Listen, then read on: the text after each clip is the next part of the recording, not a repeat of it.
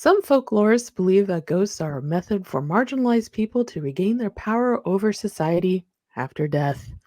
With their stories being retold through the centuries, countless people hear the haunting tales of memories and take life lessons from them. Some of these grow into their own apparitions, known as Grey Ladies, women whose tales are full of sorrow, grief, and loss, and that their spirits continue to haunt their chosen locations. Tonight is a tale of two Midwestern Grey Ladies, the Grey Lady of Willard Library in Evansville, Indiana, and the Grey Lady of Camp Chase Cemetery in Columbus, Ohio.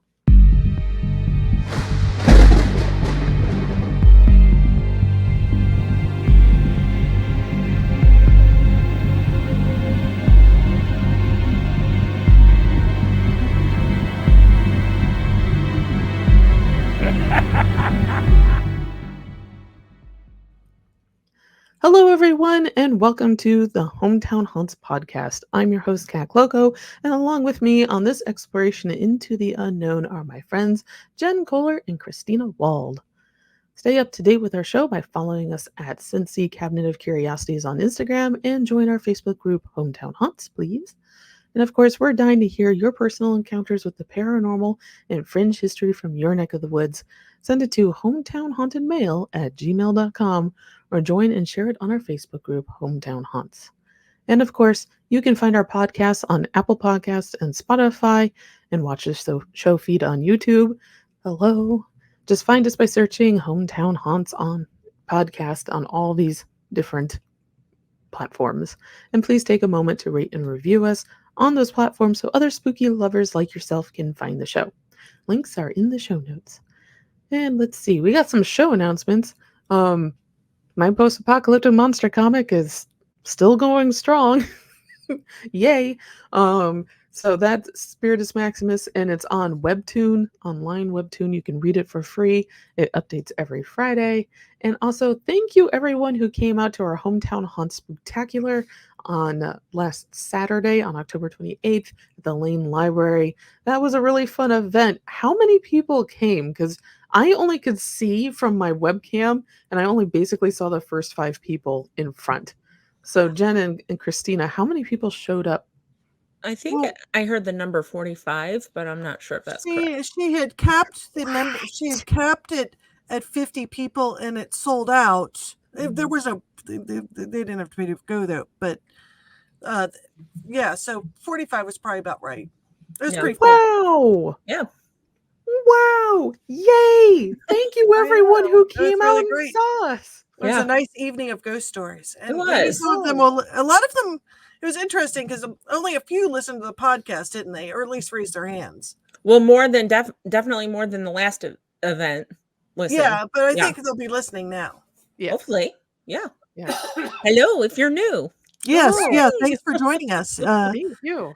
And there's plenty to catch up on. We have 90 other episodes. So we've got a lot of history to go through. Well, it's funny because they kept saying, well, have you done this? It's like, yeah, that was. Yeah. We need to have it would be interesting to have to put somewhere like on the website or something would be like an index. Yeah, that's one of my to-do lists for like long planning. I mean, you have so much spare time. I mean, yeah, so much spare time right now. Should we have a wiki page? Yeah, we should probably do that's a great idea. Like, I think Jen would be great at doing a wiki page. Yes. Oh, great. Yeah. And I think Christina and I have achieved enough in life to actually have wiki profiles. Yes. I have not. Jen, you are included now because you're part of Hometown Haunts. And you've done this for 3 years now. So you should also have a wiki page. Low self-esteem. Sorry.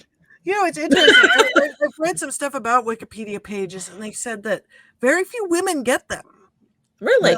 Do they have to be approved? Well, so to get a Wikipedia page, you have to have enough articles written about you to prove that you're not.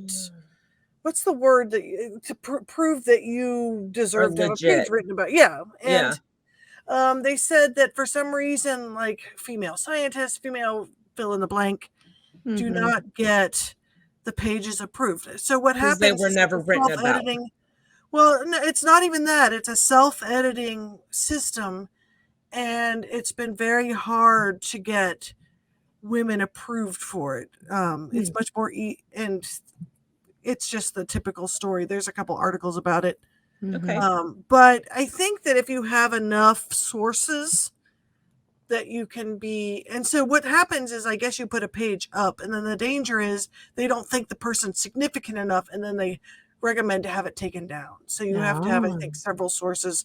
And it's also not cool for you to write your own page. Like, it has to be written by someone else. So, which from what I've understood, a lot of them are wrong.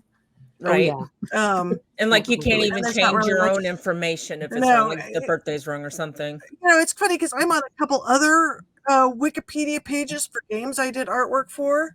And so, like, I'm on Wikipedia, which is the Star Wars one. And I remember they had something wrong, and somebody asked me about, you know, something when I was, and I said something was wrong on the page. He's like, "Oh, I'll fix it," and so he fixed it. So, That's fun. Does it make you feel weird though, having something like that on the internet?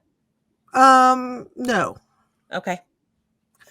But yeah, it's part of being in the 21st century. Yeah. Especially when you make media. You know what? When you become a crone, it really doesn't matter anymore. Yeah. You know, I always used to. I'm not really that concerned. Working with the paper, I always like, you will absolutely not put my photo in the paper. People do not need to recognize me. Well, you know, it's funny because, and here I am now. You know, that famous horror movie, since, you know, tomorrow's Halloween when we're recording, you know, that famous movie Hostel takes place in Bratislava. We were joking because we went to Bratislava in 2008, and I said, "Oh, that's where Hostel takes place. We have to worry about being kidnapped." But we weren't young and cute, so I mean, you know, once you get to be middle aged, very rarely are those shows about someone really old getting, you know, tortured and kidnapped and stuff. Like, once you're over 40, they're like, "No, we don't. We're not that interested in you." That's why they call it you torture. cast as the instigator. Yes. They should go for older people. They'd be easier to catch. Maybe. Don't give them ideas. I'm sorry. I mean, I can't run to save my life, and that's why I say in the zombie apocalypse, it'd be perfectly fine to be bitten and become a zombie. Well, that'd be fine. It's been great knowing you, Jen. I love you. I love you and too. when your zombie comes after me, I won't eat you. You can kill me though. Sure. If you want to put a thing through my head, sure. I won't be mad. Conversation's going weird. Well, you know, things are a little weird. It's the night before Halloween, so there's going to be a lot of ghost stories. And after the announcements, I hear you have a ghost story, Kat, which I'm dying to hear. So let's finish the announcements. Okay, we got one more announcement, which is March 2nd, 2024. Sorry. Excited, and I inhaled too quickly. This is the second annual Frogman Festival in Loveland, Ohio. And you can find more information about that at frogmanfestival.org. I know friend of the show, James Willis, is going to be another much anticipated speaker there. So, all right. So, spooky story. I teased Jen and Christina with our spooky story that happened last night, or I guess technically really early today. So, getting ready for bed. You know, you get in bed, you turn off all the lights, you've made sure all the doors are locked and everything. And we are, of course, in a new house. And so Bigfoot and I were waiting in bed. Mike and I are in bed trying to fall asleep. Wow, blew out everyone's ears there.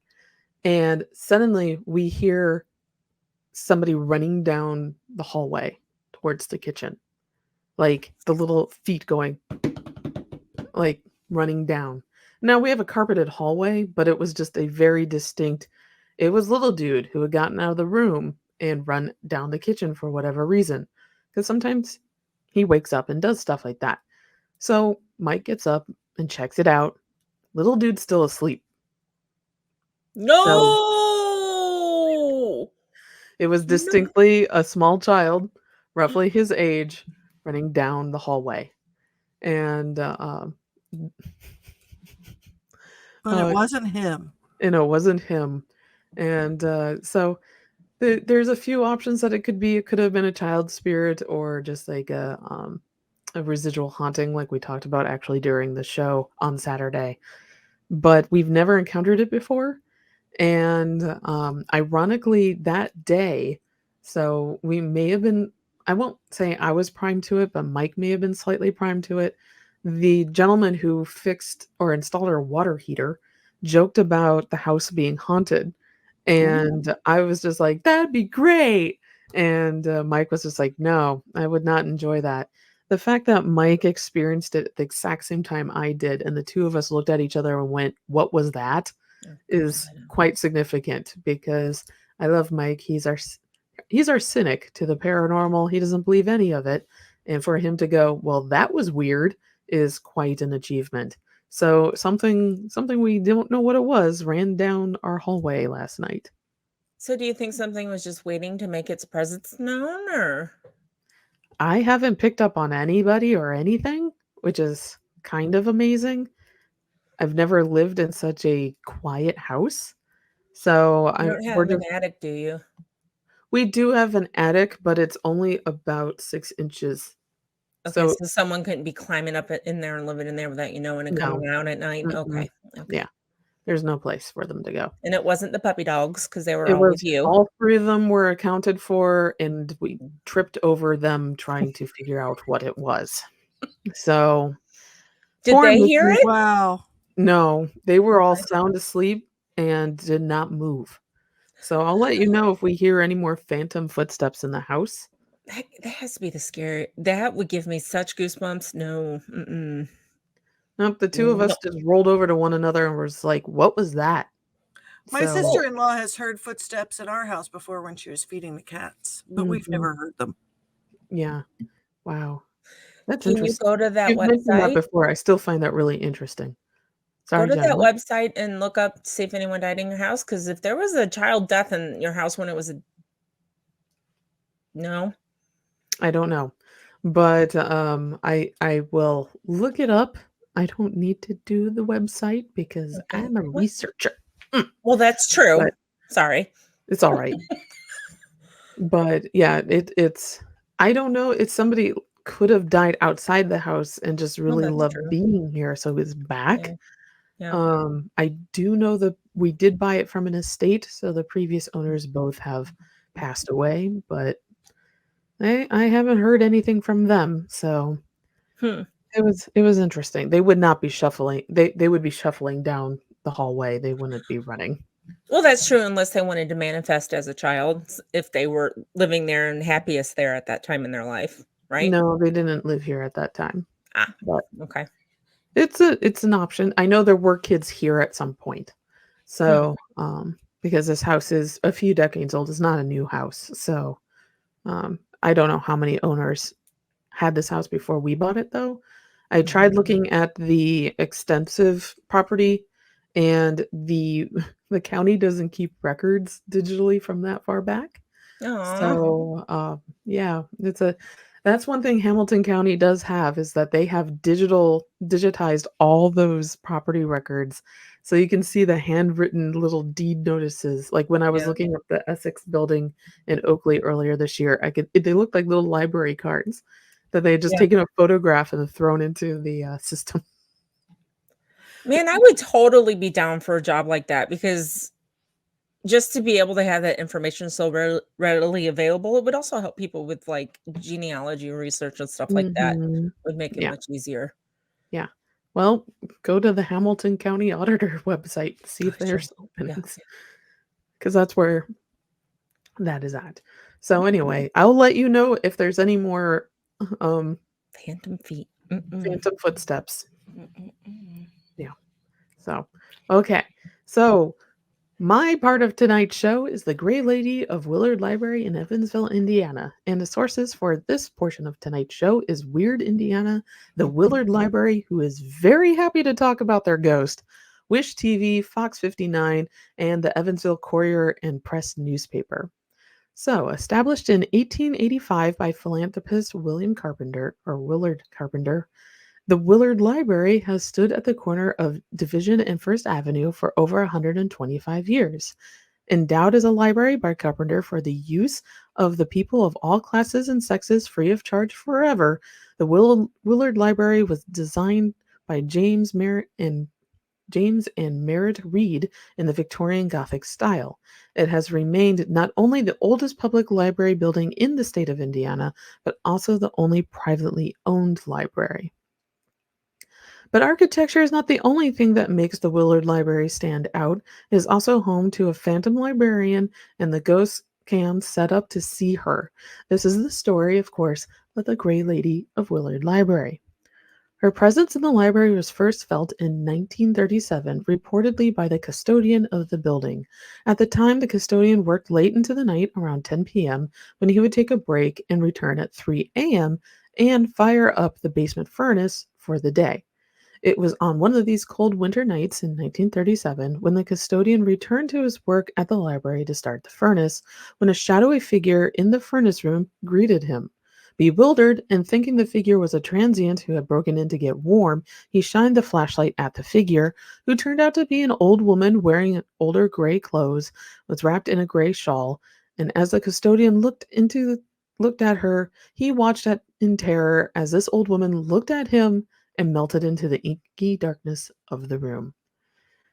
That was the first experience the custodian had with the Gray Lady. He would then run into her several more times around the library's basement before quitting his job. This poor guy. Like, I could only imagine trying to do your daily work and then just running into this old woman with a shawl who's just scowling at you and then just fades into the inky darkness. Like, talk about jump scares, man. Just Yeah. She liked him, apparently. Get She out of really my liked him. library! Yeah. It kind of reminded me of the Ghostbusters librarian from the Yeah. beginning of the movie. Yeah. Oh, maybe that's where they got the idea. She's been around for a while, Yeah. and they really the library celebrates her Oh, really hard. awesome. So, continuing, before the renovation, a special collections librarian had an encounter with the Gray Lady in the basement bathroom. According to the librarian, when she entered the bathroom, she locked the bathroom door and entered the toilet stall.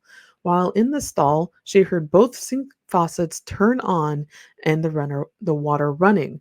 When she exited the stall, she turned off the faucets, but noticed that she was alone in the bathroom and that the door remained locked on the inside. So there was no one there to turn on the faucets, and it creeped her out a lot. In the 1980s, the building was renovated, and the old furnace room was transformed into a junction of hallways in the basement. According to the former children's librarian Margaret Mayer, the Gray Lady followed her home and stayed there while the building was being renovated. Mayer had the most experiences with the Gray Lady since the renovation, the Gray Lady had been seen crossing the main staircase to the second floor in the employee lounge and in the children's library section in the renovated basement, especially the Story Pit. I love the name of that location, the Story Pit. Something I did not know was that renowned psychic medium Lorraine Warren and her paranormal investigating husband, Ed, visited the library in October of 1985. They happened to be in Evansville as guest speakers at the University of Southern Indiana the week after the library celebrated its 100th anniversary. Curious about the Gray Lady and hearing about the stories from the university while visiting there, the Warrens toured the building. According to an Evansville Courier and Press article from October 17, 1985, the Warrens did not detect anything paranormal in the main building until they reached the basement children's reading area, the Story Pit. Lorraine felt the Gray Lady's presence was strongest there and fell into a trance. From her vision in the trance, Lorraine described the Gray Lady as a neat woman who was in her mid-40s with long dark hair tied back. She was rather tall, standing at 5'8", and wore a dress or a skirt that hit mid-calf and a shawl wrapped around her shoulders. Contrary to the legend that the Gray Lady wore a veil, she said that the ghost's head was bare. Lorraine also mentioned that the Gray Lady had no connection to the library besides it was a place where she used to walk, and she could see no trees or homes in her vision from the ghost, which correlated with how Evansville looked in the early 1800s. Lorraine also noted that the Gray Lady was not happy and tended to stay in that area at the library. On the haunting, Lorraine commented, "It is the type of haunting that you will continue to see." Before Lorraine Warren had her vision, it was widely believed that William Carpenter's daughter, Louise Carpenter, was the true identity of the Gray Lady. Her portrait hangs on the first floor above the copy machine. One story provided by the library says that one time, two young ghost hunters came to visit the library to seek out the Gray Lady. Upon seeing the portrait of Louise, one commented that she wasn't very attractive. Later, that same ghost hunter said she felt unsettled during the rest of her visit, possibly because she insulted Louise. Yes, that is why you felt uncomfortable. That was me and uncalled for. So, the staff and librarians all have their own theories as to who the Gray Lady could be. So, really, no one knows who she is. She is just someone bopping around this library, but she's so common that they put up webcams. So, here are some of the unexplained encounters, and this is all from the library's own website. The Bayard Room, which is the top floor. After motion detectors were installed in the library, the police were frequently called to the property for alarms being set off. This is a very common thing to happen in haunted locations. Police officers would canvass the property, but never found a cause for the alarms. One night, Mr. Baker, the library's director, was awakened by a call from the alarm company. When he arrived at the library, he already found a patrol car waiting for him with two officers. Mr. Baker let one officer in to canvass the building, while the second waited outside in case anyone ran out of the building so they could catch him. Failing to find anyone inside or a reason for the alarms to go off, Baker and the first officer returned outside to meet with the second officer. "Did you catch them?" asked the second officer stationed outside. While Baker and the first officer were checking the building, the second one stationed outside could see a man and woman standing in the tower's windows. Baker then suggested that the officer had seen the Gray Lady and apparently an additional male ghost, and the officer, the second one, had never heard of the story of the Gray Lady and was just completely flabbergasted. In Special Collections, which is also on the top floor, Chief Meteorologist of WFIE, Jeff Lyons, was in the library early one morning, presumably for interviews, and Lyons asked if they could set up a ghostly shot for, I'm going to assume, a live shot during the extremely early morning news. As a librarian said they would not set up a staged paranormal activity, several books slid off a shelf. So, great timing there. The Gray Lady has a sense of humor, I think. Very good timing with things. Main floor.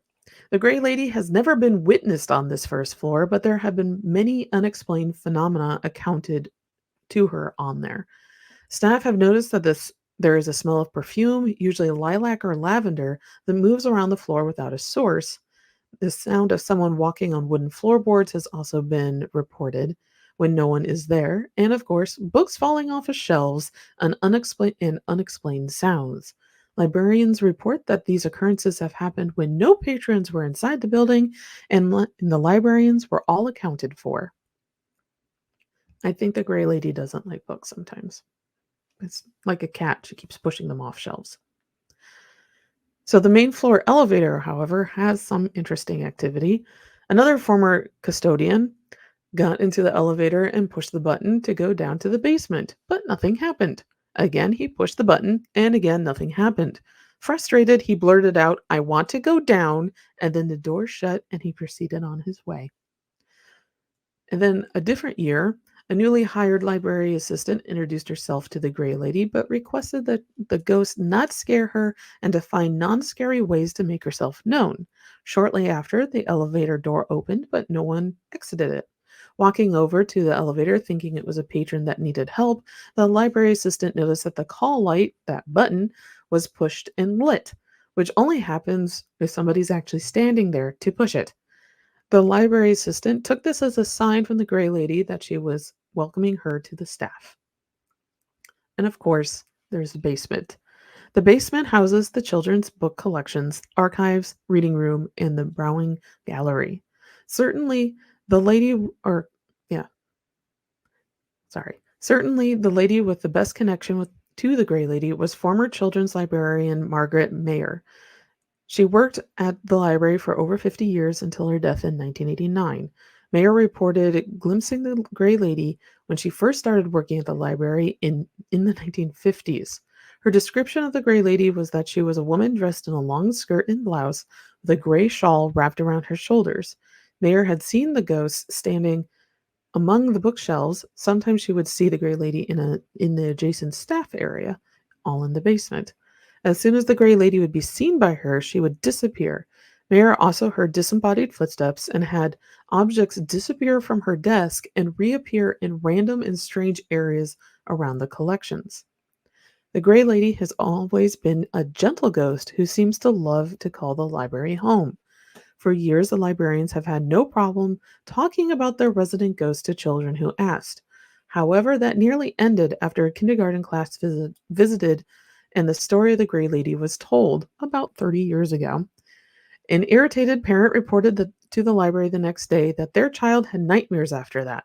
The head librarian, not Mayer, instructed that all talk about the Gray Lady would cease immediately and that if someone asked about her, to deflect. A few days later, a patron asked the assistant children's librarian about the Gray Lady, to which the assistant librarian replied, "If she was here, she's not anymore." Immediately, a book called Betsy's Wedding fell off the shelf towards the ladies. The takeaway is that the Willard Library very much loves their resident specter.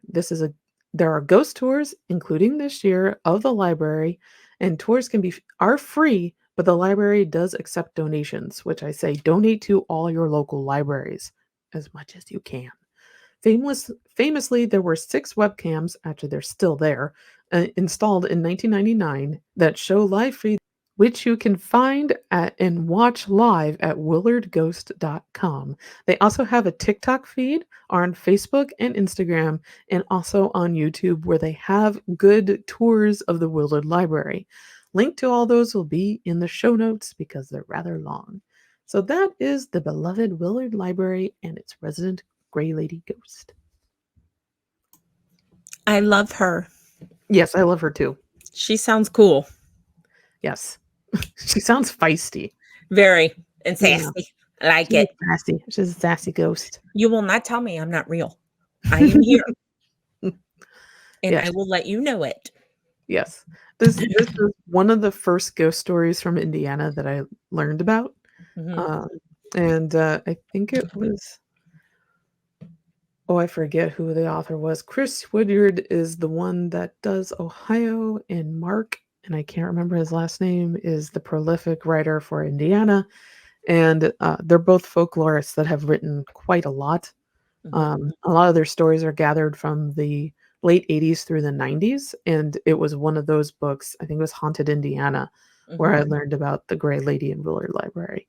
Oh, cool. So, yeah, and I know there's an episode of Ghost Hunters from the Sci-Fi Channel where they went to the Willard Library. And oh boy, was I so proud as a Hoosier girl to see something from Indiana be featured on a nationwide TV show. Have you ever been to the library? I never made it to Evansville to go to the library. It's one of those things. The Willard Library and Central State are 2 very notoriously haunted places in Indiana that I've wanted to go to. I never made it to. And now Central State is in pieces, so I can't go there now. Yeah. But Willard Library is still there, so please support it. It's a fantastic building, just from what I've seen of it. Yeah. I've only driven through Evansville on my way to Illinois or St. Louis or Kansas City or yeah. That's it. Yeah, next time stop at the Willard. Yeah. I'm gonna look it up when we're done. Please. Because I wanna see her. You can watch the webcams. There's been lots of spooky footage from the webcams. Okay. There's a few of just mysterious shadows just showing up in the stacks. So it's interesting. Yeah. So just like the joke I was making though on Saturday night, the webcams, especially the really early ones, are not of the sharpest image. That makes it cooler. nor did they refresh quickly.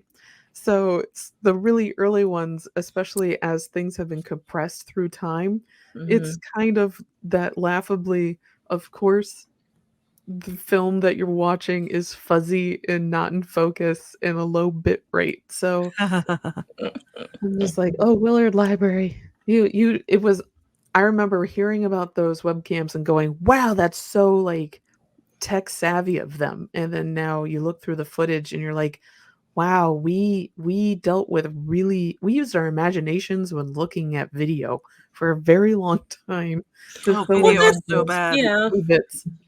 that's all we had though then. Mhm. So it's easy to go look back and go, oh my gosh, that was awful. But at the time, it wasn't. No, it was great at the Yeah, time. yeah. Yeah. It We're seems like kind of a lot spoiled. of it seems like a lot of libraries have ghosts. I don't know if it's because, like in the case of the one we went to in Clifton, where it used to be a rather famous person's house, Mhm. and it had a lot. This, and I don't know how old this library. How old was the library with the Gray Lady? Oh, the Willard is Yeah. 1885. Yeah. Oh, So wow. all of these have a lot of history to them. Yeah. Oh, yeah. Although they were saying when we were at the Lane Library that their branch in Hamilton's supposed to be quite haunted, and they said we might want to Ooh, even do an investigation one day. that'd be nice. That'd be Mhm. go do that. Take Yes. Katie with you. Katie, It'll- would you like to go with us? You can answer us later in Messenger after you listen. You can make 2 knocks on the wall. So, yeah, that was a ghost hunting joke that failed. Maybe I'll get a Kind of text cool. from her right now. We'll see if she's thinking of us. Yeah. I know, my parents' hometown of Ashtabula has a haunted library as well because they really did find a body underneath when they were renovating it. I've told this story on the show before. I know I have. Yes. But, so I won't retell it now. It's up to you, listener, to find which show out of 92 of them I have told the story. It was one of the For a early. It Wikipedia was one of the page. early. Was it the body snatching one? It was one of the earlier ones. I don't remember. That's don't for our remember Wikipedia either. page. That's when we start doing the Hometown Haunts wiki, it'll be on there. So Yeah. if I start this, am I allowed to start this page since I'm a part of it? Of course. Oh. Yeah. Would I have to go back and listen to every single one because, to be honest, I haven't listened to any of them because I can't stand the sound of my voice in my ears. Oh. Okay. I listened to them. Yeah. All right. So, Jed, tell sorry, us your I'm weird. story. Okay. My gray lady is not as interesting, I guess. She's We still definitely- interesting. Well, we definitely know who she is and who she was. So, Mhm. okay. Yeah. Okay, go. This is the Gray Lady of Camp Chase Cemetery in Columbus, Ohio. It was established in 1961 as a training camp. Don't know. 1961? Nope. I don't know what year. That's a typo. So I'm going to assume 1861. probably can we? Yes. Thank you. Because it was the Civil War, people. Yeah. So sorry. It's all right. It's just I'm just imagining everyone in their Civil War outfits and then people in the 60s with like the tie-dye and the fringe walking around staring at them. And it's just weird animated. Hey, they say time is irrelevant. Yeah, that's true. Okay. I think 1861, but it was definitely the 1800s. It was a training camp for Union Army soldiers. It was named after former Ohio Governor and President Lincoln's Secretary of the Treasury, Salmon P. Chase. Eventually, the camp became known as a Confederacy prisoner of war camp, and at one point held 8,000 prisoners, both soldiers and civilians loyal to the Southern cause. In the camp's the camp has 160 buildings, and that's where everybody stayed, I guess. Approximately 2,000 Confederate soldiers died at Camp Chase. Conditions were harsh and unsanitary. Disease was a common occurrence. The Union soldiers cared more for new Union recruitments than the prisoners. A smallpox outbreak in the winter of 1863 to 1864 killed around 500 men in 1 month. The prisoners who died at the camp were first buried at various Columbus City cemeteries until 1863, when Camp Chase was established, when they established a cemetery on its own. Those buried around the city were reinterred at the new cemetery, some of which included 31 Confederate soldiers who were buried at Camp Dennison, which was a medical post and military recruiting and training camp in Cincinnati. It's located just outside Indian Hill in Sims Township, which is a suburb of Cincinnati, if you don't know. And those soldiers were interred after the war ended. The cemetery had fallen into disrepair after the government purchased the land in 1879. Union veteran Colonel William H. Noss became involved and helped raise money from both Union and Confederate soldiers for the upkeep of the cemetery. And in 1904, money was allocated by Congress for the maintenance of the cemetery. In 1973, and that is correct, it was placed on the National Register of Historical Places. Got that one right. Yay. Union soldiers and local residents are also buried in the cemetery, so it's not just the Confederate soldiers. Mm-hmm. One particular grave, number 233, is very popular. The grave of Benjamin F. Allen, who served with the Company D of the 50th Tennessee Infantry. It is said that a lady in gray, or the Gray Lady, visits Allen's grave frequently to place freshly picked flowers. Local lore says the lady in gray is the ghost of Louisiana Ransburg Briggs from New Madrid, Missouri. In 1864, at 12 years old, she was sent to Columbus to live with relatives after Union soldiers captured her Mississippi River plantation. She hated to leave her home state, and having grown up with slaves, thought it disgraceful to do common chores. However, Louisiana didn't know how to brush her own hair. She had always had someone to do it for her. When President Lincoln was assassinated, she rejoiced his death and nearly started a riot at her Ohio Wesleyan School, which at the time was an all-girls school separate from the university. Some say she apparently was engaged to Allen, but there isn't any evidence that the two knew each other. However, at age 17 and after the war ended, Louisiana married Joseph Briggs, who was a Franklin County politician and landowner. When she discovered the Camp Chase Cemetery, she frequently visited to pay her respects to the fallen soldiers by leaving flowers on their graves. She would dress in a gray gown with a veil to hide her identity to protect her husband's reputation. At age 100, on February 26, 1950, Louisiana died.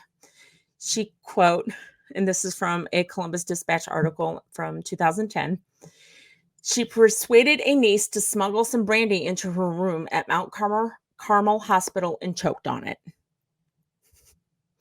It is said that she still visits the cemetery and is seen most often at the grave of Benjamin Allen. Occasionally, she is also seen at the unknown soldier's grave, and at times is just her crying in the vicinity of Allen's grave. And then I have, I'm going to read verbatim this is from the Seeking Ghosts blog on blogspot.com, and it was a post by Virginia Lambkin from 2015. And this is a guy recounting seeing her when he was a young boy. Frederick Freddie Jones is one of the many who attends the memorial service regularly. The cemetery holds services to honor the soldiers on a regular occurrence. He travels to Ohio in June for his pizza business in Houston, Texas. He believes in the Gray Lady, for as a boy growing up in Columbus, he saw her. At the age of 14, he and several other boys were invited to a sleepover just a few blocks from Camp Chase. He and the rest of the group had heard stories about the Gray Lady. Late that night, they snuck out and rode their bikes to the cemetery. The gate was locked, so they climbed over the fence. Freddie remembers that the tombstones glowed in the dark and that he was overwhelmed with an eerie feeling as the group searched for Benjamin Allen's grave. When they found it, there were no flowers on it. Disappointed and sleepy, the group moved to leave, but they stopped when they heard what sounded like someone crying inside the cemetery. It was loud, choking sobs. They spotted a figure shrouded in the darkness moving through the tombstones. It was a female, and she carried a bouquet of flowers. Freddie remembers that every inch of her body was covered in clothes with a high collar and long pleated skirts. She drew close enough that he saw glistening tears on her cheeks. He watched as she floated instead of walked and was surprised he felt no fear. Then she floated right through 2 trees. She bent down at one grave and was mouthing words the boys could not hear. It appeared she was praying. She placed the bouquet on top of the tombstone and then turned and floated back the way she had come. She passed right through the iron fence that surrounded the cemetery and faded away. None of the boys have ever forgotten this amazing sight. Their friendship was cemented that night because they shared this experience. Freddie specifically states he will never forget the wrenching sounds of the Gray Lady's sobs. And that's it. Wow. That sounds like a story from The Sandlot. But yeah, it's Well, yeah. yeah. I mean, it's quite detailed. It is but, a very detailed story. It sounds like I said, it sounds like a Sandlot. Also, one of the stories, a motif that teenagers tend to follow is the daring to go into the cemetery type stories. Black Agnes is like that out in Washington, D.C. But yeah, the Gray Lady of Camp Chase is just a famous residual haunting, which is what they describe to a T what a residual haunting is, where it's just a playback of just the memory of this person doing this. Yeah. She was a lady of her times, that's for sure. Oh, yes. Yeah. And choking, what was it? Choking on whiskey? Yes. I was thinking she sounded a little bit like not Brandy. someone you'd really like to hang around with. She seems like she had a tude. Well, Yes. yeah, maybe if you weren't her family. Okay, I forgot to name my sources again. It was the PennsylvaniaRambler.com, Wikipedia about Camp Dennison, the Columbus Dispatch, and the September 2015 Gray Lady of Camp Chase by Virginia Lambkin, which I just read from Six Ghosts Blogspot. Okay. And that were not zombies that you just heard scratching at the door. Those were my dogs. Let me in, mother. Yeah. We understood. I need pets. I'm just saying that for our listeners who are like, what's scratching in Cat's door? And it's Just say it's a dog. ghost. That's much more interesting. Oh, sure. Okay. Yeah. It's a ghost.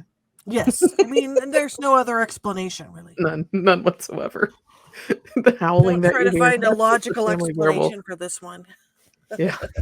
You know, back to the cemetery dare going in there at night. I know, I think I've said this before, but my brother, when he was young and in the Boy Scouts, they at Spring Grove Cemetery, so they're, you know, the big huge back of it is not used yet. Right. So the Boy Scouts would go camping back there so they could do all their badges and do their stuff, and they snuck out when they shouldn't have and walked around the cemetery. He didn't see any. Fun. He didn't see anything though, but he did like to freak them. They freak each other out, of course, just Of by course. being there at night. Only naturally would you do that. Yeah. And we have a hometown haunt today. Yay.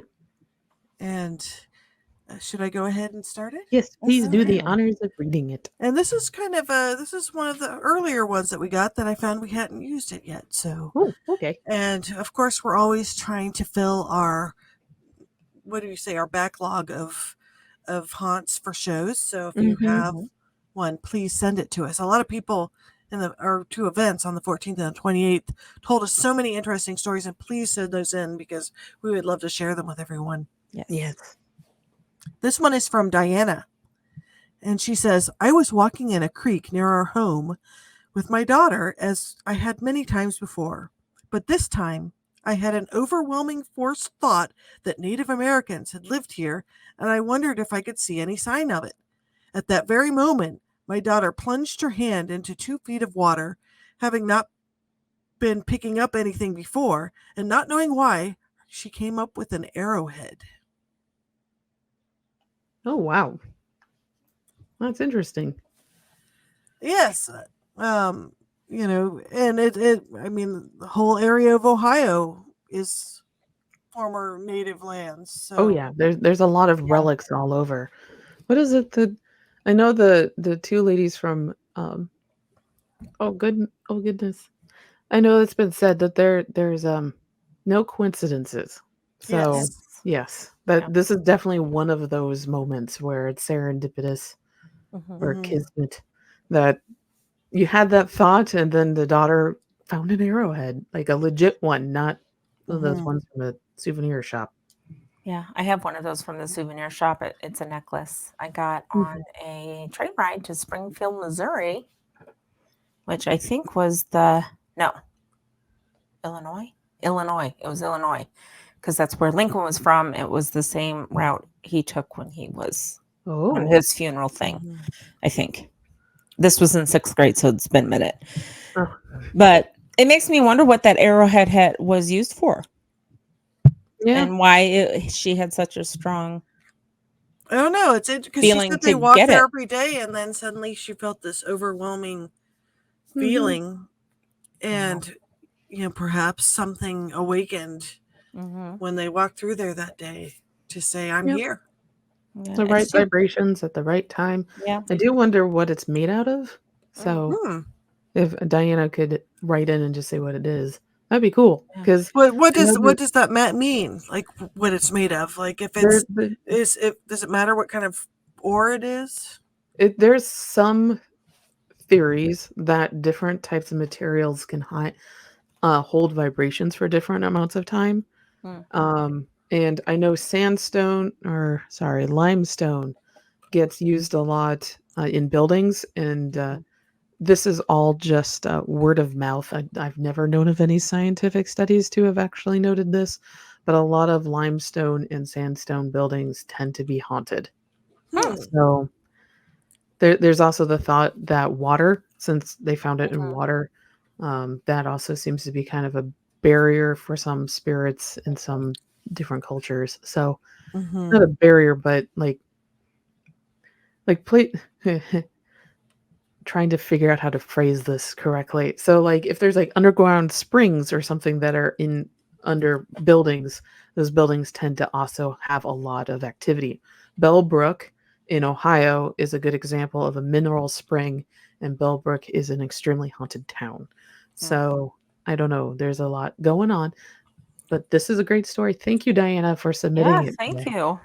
I Yeah. wish there were a way you could, again, this is my wishful thinking, trying to know everything in the world, that you could research it and find out what happened with that particular arrowhead, but it's not like there's library catalog of them Yes, somewhere. they're all yeah, and they're all handmade, and without doing some good archaeology on it and tests, it would be very difficult Yeah.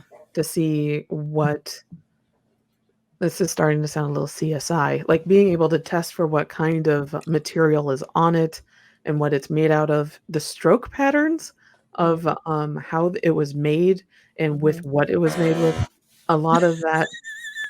What was that? What? Was that your chair? Yeah, my chair makes it needs to be oiled. It was I keep telling protesting hearing yeah, about science. it's like a creek, but maybe we should just say it's a ghost. Yeah, it's a Sure. ghost. I don't know what it was. I think it was something paranormal. Something so paranormal. My chair's got like a really squeaky. It doesn't wanna hear about stroke patterns. No, it doesn't. No. Mm-mm. But yeah, there's a lot of different ways that anthropologists would look and paleontologists would look at that particular artifact to figure out who made it around what time. And That's that a takes lot. time and money. It takes a lot of time, it takes a lot of money, it isn't Yeah. fast, and, yeah. Wasn't that a George Harrison song? Sure. Sure, I don't know.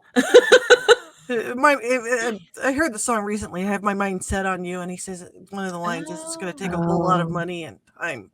That was George Harrison? I didn't know that. I thought that was Pink Floyd. Nope. I got my mind set on you. Yeah, I Oh. hear it in my head. I got my Okay. mind set. Yeah, that was George on Harrison. You. Oh, Didn't know that. But, So sorry for my singing. one of the refrains says it's going to take a lot of time and money. Yeah. Yeah.